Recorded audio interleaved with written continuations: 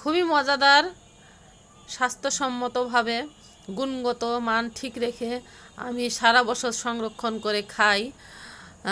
এমনই একটা পদ্ধতি নিয়ে তোমাদের মাঝে হাজির হলাম, তোমরা দেখতে থাকো। কাঁঠালে বিচি ভর্তা সংরক্ষণ কিভাবে আমি করি, সারা বছর আমি খাই। অবশ্যই ভালো লাগবে, আমার ভিডিওটা দেখতে থাকো। এখানে আমি কাঁচামরিচ, রসুন, একটু কাঁচা পেঁয়াজ, আদা কুচি নিয়েছি। এখন আমি এটা কাঁঠালে বিচি, আমি যেহেতু ভর্তা সংরক্ষণ করব, সেজন্য কাঁঠালে বিচিগুলো কোনো ফাটা ফুটা থাকা যাবে না, একদম ফ্রেশ এরকম কাঁঠালে বিচি নির্বাচন করে নিতে হবে। এমনই স্বাদের ভর্তা, আমার তো খুবই ভালো লাগে, আমার হাজব্যান্ডেরও খুবই পছন্দ কাঁঠালে বিচি ভর্তা। আমি প্রতি সিজনেই আমি করে থাকি।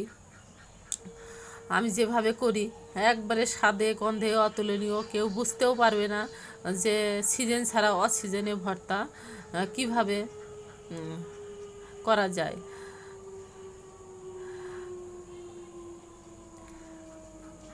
এই তো আমি একটা কড়াই দিয়েছি, কড়াইটা আমি গরম করে নেওয়ার পরে আমি সবগুলো আমি দিয়ে দিলাম কাঁঠালে বিচি।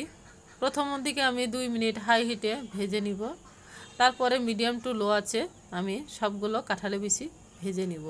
বেশি একটা পোড়া পোড়া করব না, পোড়া পোড়া করলে কি যখন আমি পাটায় বেটে নিব, এটা আমি কোনো ব্লেন্ডারে করব না।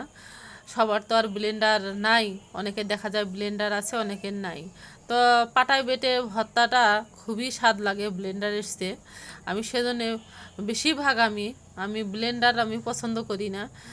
ব্লেন্ডারে ভর্তা, পাটায় বেটে ভর্তার মতো স্বাদ কোথাও পাওয়া যাবে না। এই তো আমি সেজন্য পাটায় বেটে ভর্তার সংরক্ষণ পদ্ধতিটাই তোমাদের সাথে আমি শেয়ার করব। ধাপে ধাপে সব কিছু তোমাদের দেখাবো। এই দেখো এরকম আমি ভেজে নিয়েছি, বেশি একটা পোড়া পোড়া করিনি, মচমচে করিনি। এই তো আমার সবগুলো কাঁঠালে বিচি আমি ভেজে নিয়েছি, 80% মতো আমি ভেজে নিয়েছি। আমি মশমশা করিনি আর কি, একটু নরম নরম থাকা অবস্থায় আমি নামিয়ে নিয়েছি। আমি সবগুলো খোসা ছাড়িয়ে নিব এক এক করে। নরম নরম করে নিলে খুবই তাড়াতাড়ি পাটায় বাটতে সুবিধা হয়। এই তো সবগুলো আমি খোসা ছাড়িয়ে নিয়েছি। এখন চলো আমি পাটায় আমি বেটে সবগুলো আদা ভাঙা করে নিব আর কি। বেশিক্ষণ লাগে না, 10 মিনিটের মধ্যেই এই কাঁঠালে বিচি সংরক্ষণটা ভর্তা সংরক্ষণ হয়ে যায়। এই তো আমি সবগুলো একটু একটু করে ধাপে ধাপে 3বার 4বার আমি একটা করে ডলা দিলেই আর কি একবারে সুন্দর মতো মিশে যায়। আমি একটা মিহি করব না, আমি আধা ভাঙ্গা করব, যাতে আমি পরবর্তীতে যখন আমি ভর্তা করব দাঁতের নিচে যদি একটু পড়ে তখন কিন্তু খুবই মজা লাগবে। আর মিহি করলে তেমন একটা বোঝাই যাবে না কি ভর্তা খাই, কাঁঠালে ভর্তা খাইলাম না কি ভর্তা, এমনভাবে আমি সবগুলো করে নিব একটু আধা ভাঙ্গা করে করে।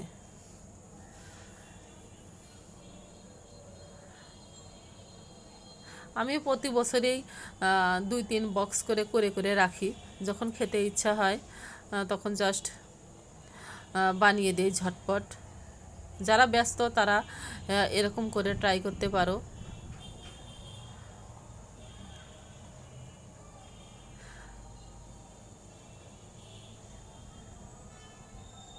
এই তো আমি বেশি একটা মিহি করব না। এই তো দেখো কিভাবে আমি করেছি।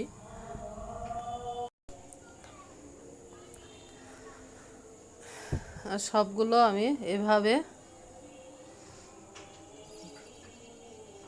আধা ভাঙ্গা করে নিচ্ছি। এই দেখো 4বার আমি করব আর কি, 4বার করলেই হয়ে যাবে, তেমন একটা চাপ দিতে হয় না, হালকা একটু স্পেস করলেই হয়ে যায়।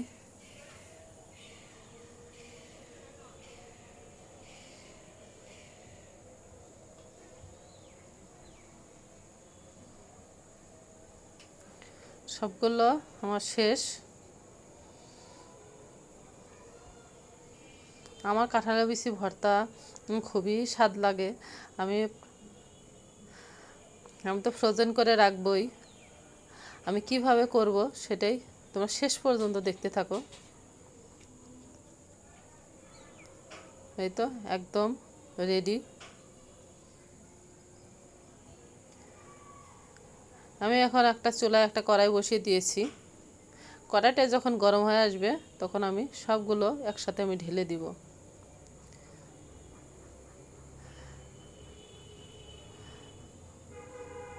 চুলাটা কিন্তু মিডিয়াম টু লো আছে রেখে 7-8 মিনিটের মতো নেড়ে চেড়ে নিতে হবে, যাতে হালকা নরম নরম ভাব সেটা একদম ঝরঝরে হয়।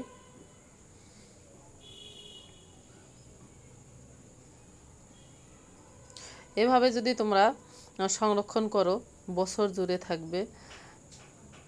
এই যে ঝরঝরে হয়েছে, মসমসে।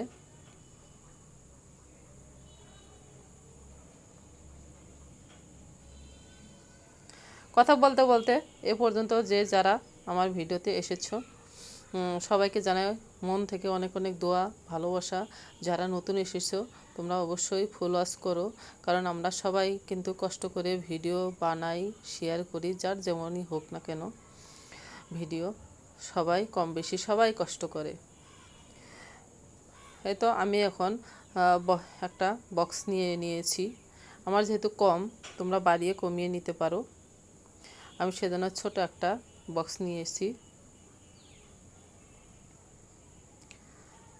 এভাবে যদি আমরা সংরক্ষণ করে রেখে দেই, অনেক সময় দেখা যায় যারা ঝাল কম খায়, অনেকে ঝাল বেশি খায়, তারা কিন্তু বাড়িয়ে কমিয়ে অনেক সময় দেখা যায়। একটা সময় আমিও খুবই ঝাল খাইতাম, কিন্তু এখন আর তেমন একটা ঝাল খাই না। সেজন্যে আর কি অনেক কম ঝালেও কিন্তু খুবই শরীরের জন্য ভালো। আর বাকিটুকু রেখে দিলাম, আমি ভর্তা করে দেখাবো। ঠান্ডা হয়েছে যেহেতু আমি এখন বক্সে করে নিয়ে আমি ফ্রিজে রেখে দিব।